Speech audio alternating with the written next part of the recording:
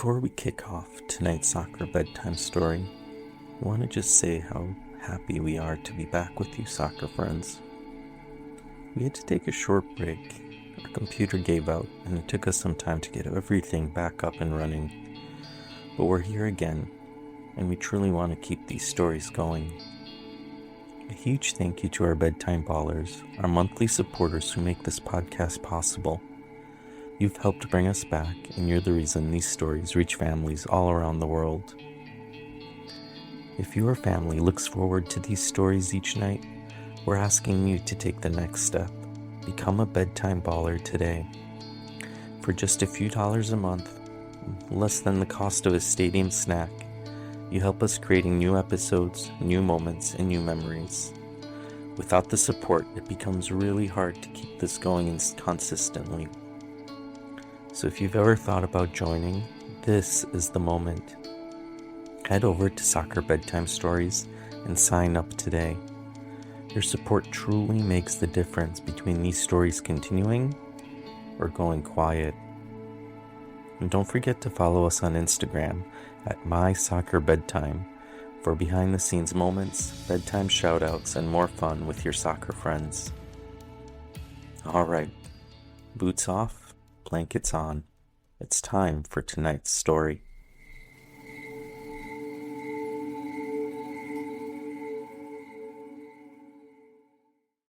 Hello there, soccer friend.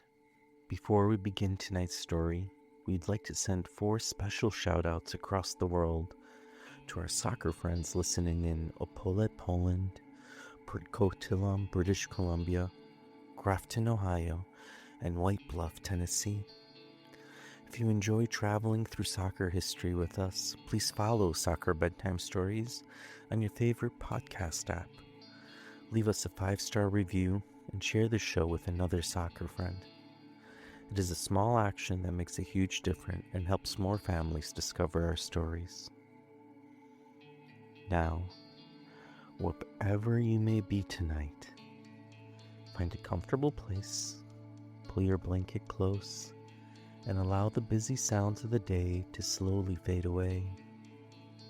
Together, we are traveling far across the Atlantic Ocean to a collection of volcanic islands rising from the deep blue water. From there, we will follow one man on a journey that took nearly 40 years, a journey through dusty neighborhood games, distant countries, lonely practices, and dreams that sometimes appeared impossibly far away. So close your eyes, take a slow breath, and let us return to the wonderful world of soccer, where the grass is green and the crowds are loud. Welcome to Once Upon a World Cup, Vozinha, the man who stopped the champions. Far off the western coast of Africa, surrounded by the rolling waters of the Atlantic Ocean, lie 10 islands known together as Cabo Verde. Some of the islands have tall volcanic peaks that disappear into the clouds. Others have wide beaches where waves tumble gently onto the sand. Fishing boats rock in the harbors, music drifts from open windows, and the salty ocean breeze winds through the streets painted in shades of yellow, pink, and blue. It was on the island of São Vicente, in the port city of Mindelo, that a boy named Josimar Jose Evora Diaz was born on June 3, 1986. Soccer seemed to be waiting for him from the very beginning. At the very moment of his birth, thousands of miles away, the 1986 World Cup was being played in Mexico. Diego Maradona was leading Argentina on a magical journey. Jorge Valdano was scoring important goals, and a Brazilian defender named Josimar was stunning crowds with 2 spectacular strikes. The boy's father, Zé Pedro, admired Valdano so much that he wanted to name his new son after the Argentine striker. There was just one problem. At the time, officials in Cabo Verde did not permit the foreign name Valdano to be placed on a baby's birth certificate. So his family chose the name of another star from that summer's tournament, Josimar. Before he had kicked a ball, the World Cup had already given him his name. But Josimar would not grow up in a grand mansion filled with trophies. His father was completing military service, and his mother worked long hours to support the family. Much of the responsibility for raising the boy fell to his grandparents. Their home became his home. Their voice guided him. Their love surrounded him. Outside, young Josimar spent hour after hour playing soccer in the streets of Mindelo. He was smaller than many of the older boys, but that did not stop him from joining the games. He chased the ball across uneven ground, squeezed between taller players, and threw himself into challenges. Sometimes the games became rough. Josimar would be knocked down or pushed away from the ball. If he could not get even with the boy who bumped him, he would storm home, frustrated and sulking, to tell his grandparents what had happened. The other children noticed. "There he goes," they teased. "He's going home to his Vozinha." The word resembled the Portuguese word for grandmother or granny. At first, it was merely a childhood joke, a name given to a small boy who always returned to the safety of his grandparents' home. But nicknames have a strange way of growing alongside us. Soon, fewer people called him Josimar. They called him Vozinha. And one day, that name would be known around the world. As the years passed, the once small boy grew taller. His long arms stretched toward high shots, while his quick feet carried him across the goal mouth. He learned to read the name from a place where everything could be seen. The defenders shifting in front of him, the attackers searching for space, and the ball moving from one foot to another. Goalkeepers experience soccer differently from everyone else. They can wait for long stretches with almost nothing to do, then be asked to make one perfect decision in a fraction of a second. A single step in the wrong direction can change a match. A single outstretched hand can save it. Vozinha learned to wait. He learned to watch. Most importantly, he learned to never give up. His road into professional soccer did not arrive quickly. Some future stars joined famous academies when they are children. Vozinha's journey unfolded much more slowly. He played for Batuque in Mindelo and then for Mindelense, but he did not begin his professional career until he was about 25. By soccer standards, 25 can feel late. Other players his age were already established professionals.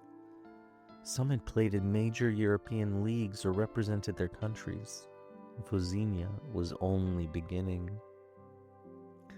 Yet, he did not measure his journey against anyone else's clock. When an opportunity arrived in Angola, he took it. Later, soccer carried him to Moldova, where cold winters replaced Cabo Verde's warm ocean air. From there, he traveled to Portugal, Cyprus, Slovakia, and then back to Portugal. Every move meant another unfamiliar city, another dressing room, another group of teammates whose trust had to be earned, another language or culture to understand, another goal mouth in which he had to prove that he belonged. There were few trophies and little fame. There were no enormous crowds waiting at airports and no millions of people following his every move. There was simply the work. Train, dive, rise, train, dive, rise again. Even while Vozinha traveled from club to club, there was one shirt that always carried him home, the blue jersey of Cabo Verde. He made his international debut in 2012 when Cabo Verde faced the mighty Cameroon in qualifying for the Africa Cup of Nations.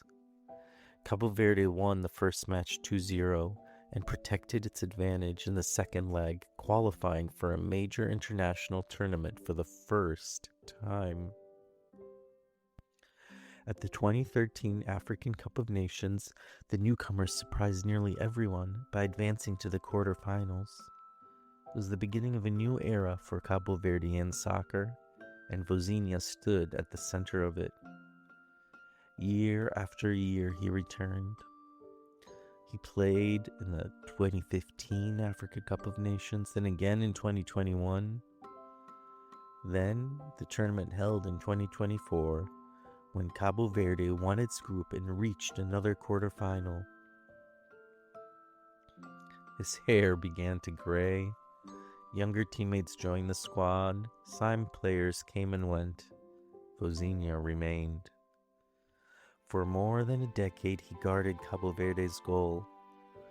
Through all the flights, practices, victories, and disappointments, there was still one dream the Blue Sharks had never reached: the World Cup. Cabo Verde is a small nation with a population of only little more than 500,000 people. For years, qualifying for the world's largest soccer tournament seemed like a distant wish. Something that belonged to countries with more people, more money, and deeper soccer traditions. But Cabo Verdeans have a word, morabeza. It describes a spirit of warmth, hospitality, gentleness, and appreciation for life.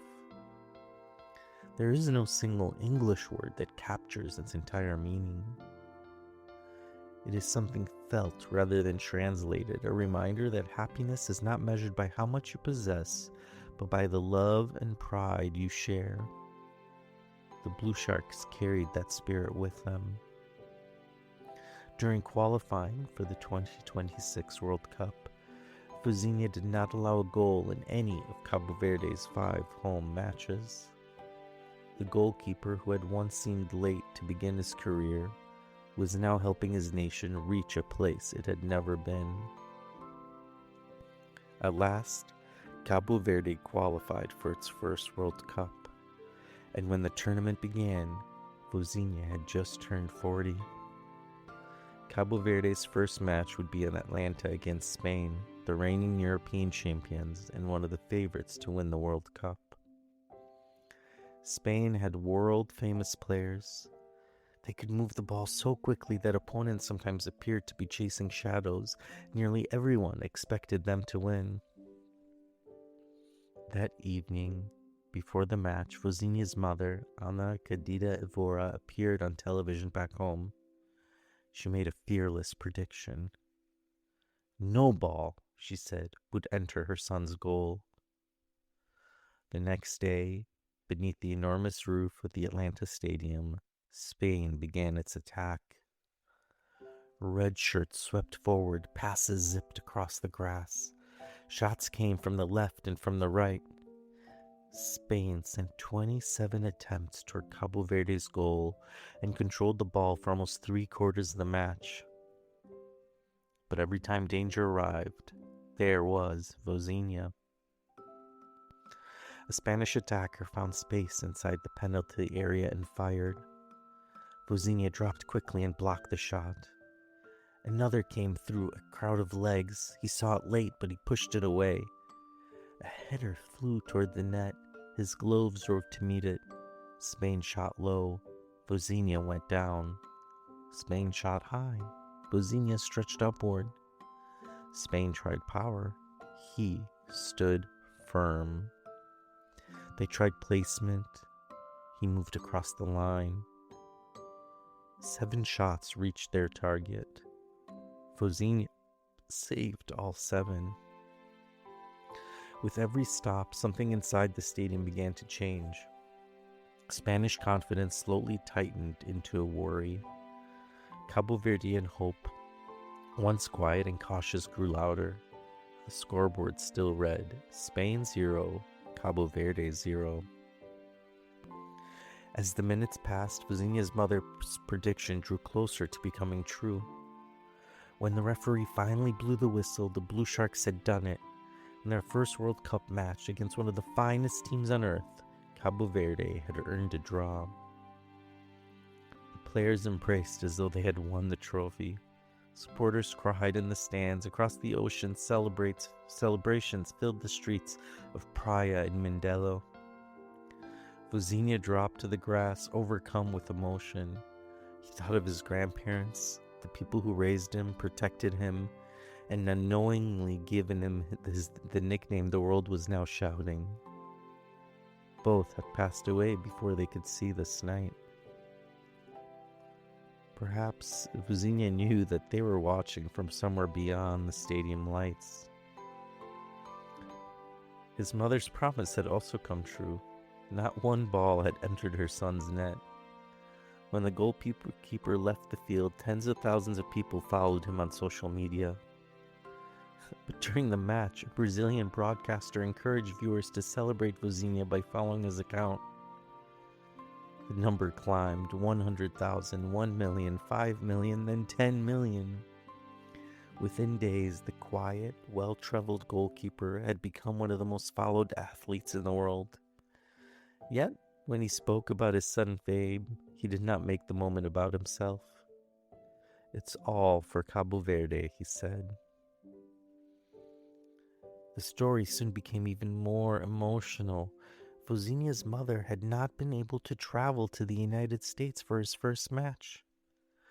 Complicated entry requirements and the high cost of flights had kept her at home. But after her son's performance captured the world's attention, help arrived, and she was able to join him at the tournament. The boy who had once run home to his grandparents after street games now had his family close, and he represented his entire country.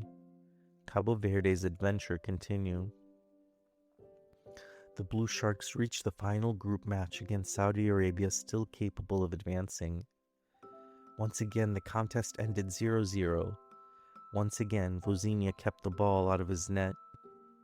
The result sent Cabo Verde into the knockout stage. The small island nation that had waited its entire life to appear at a World Cup was not ready to go home. But its next opponent was the greatest challenge of all: Argentina, the defending world champions, and Lionel Messi. There was a beautiful circle to the matchup. 40 years earlier, Vozinha's father had wanted to name him after Argentina's Jorge Valdano. Now, the goalkeeper, inspired by the stars of '86, would stand against a nation they had led to the World Cup trophy. In the warm evening air of Miami, Argentina attacked. Messi struck a free kick, bending the ball around the wall. Vozinha reached it. The Argentine captain broke toward the penalty area. Vozinha stood in his way. Again and again, the 40-year-old goalkeeper threw his body between Argentina and the net. In the 29th minute, though, Messi finally escaped. He controlled the long pass and lifted the ball beyond Vozinha to give Argentina the lead. Many teams might have accepted that this is where the dream would end. Cabo Verde did not. In the second half, Roy Duarte fired the Blue Sharks level. 1-1. Vozinha continued making saves, preserving the score until the match entered extra time. Argentina scored again early in the additional period, 2-1. Still, Cabo Verde refused to disappear. Sidney Lopez Cabral collected the ball near the edge of the penalty area. From a difficult angle, he saw a magnificent strike sweeping beyond Argentina's goalkeeper and into the net, 2-2. Cabo Verde had equalized against the defending world champions for a second time. For a few dazzling minutes, Anything seemed possible. A nation of islands in the middle of the Atlantic stood level with Argentina. The players who had once watched Messi on television were now pushing him and his teammates toward the edge of elimination. Then, in the 111th minute, Messi sent a corner into the penalty area. Christian Romero rose to meet it, and his header deflected off Cabo Verde's Dini Borges before crossing the line. It was the cruelest kind of goal, an accidental touch from a defender who had given everything to protect his country.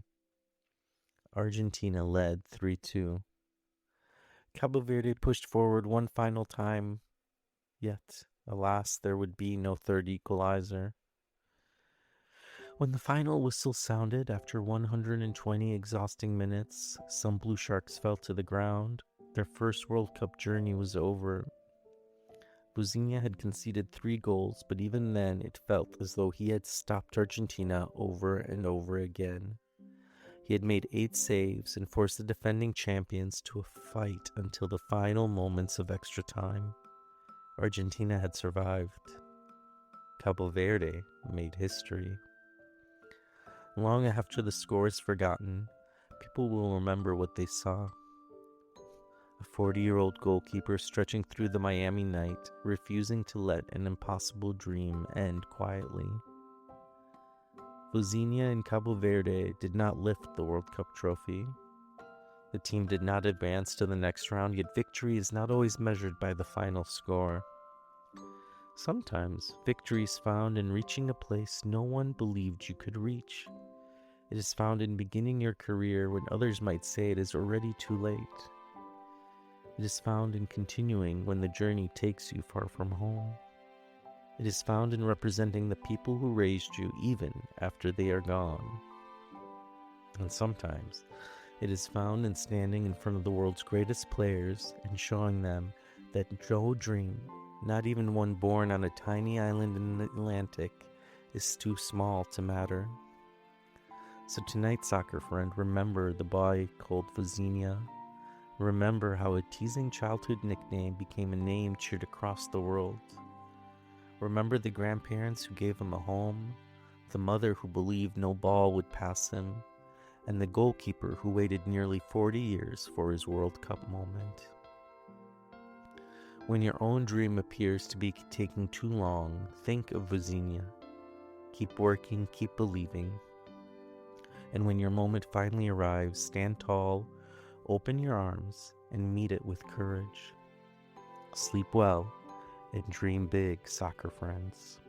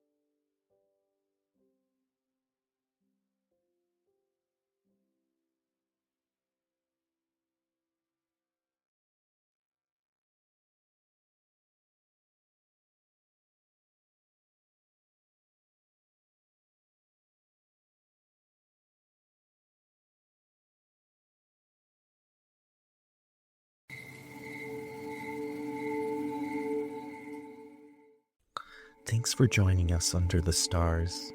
If tonight's story brought you joy, here are 3 simple ways to keep the magic going.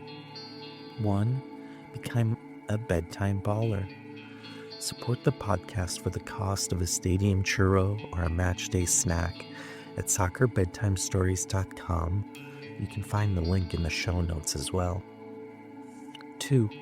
Follow us on Instagram at MySoccerBedtime. We'd love to see where you listen, who your favorite players are, or even what bedtime looks like at your house. 3.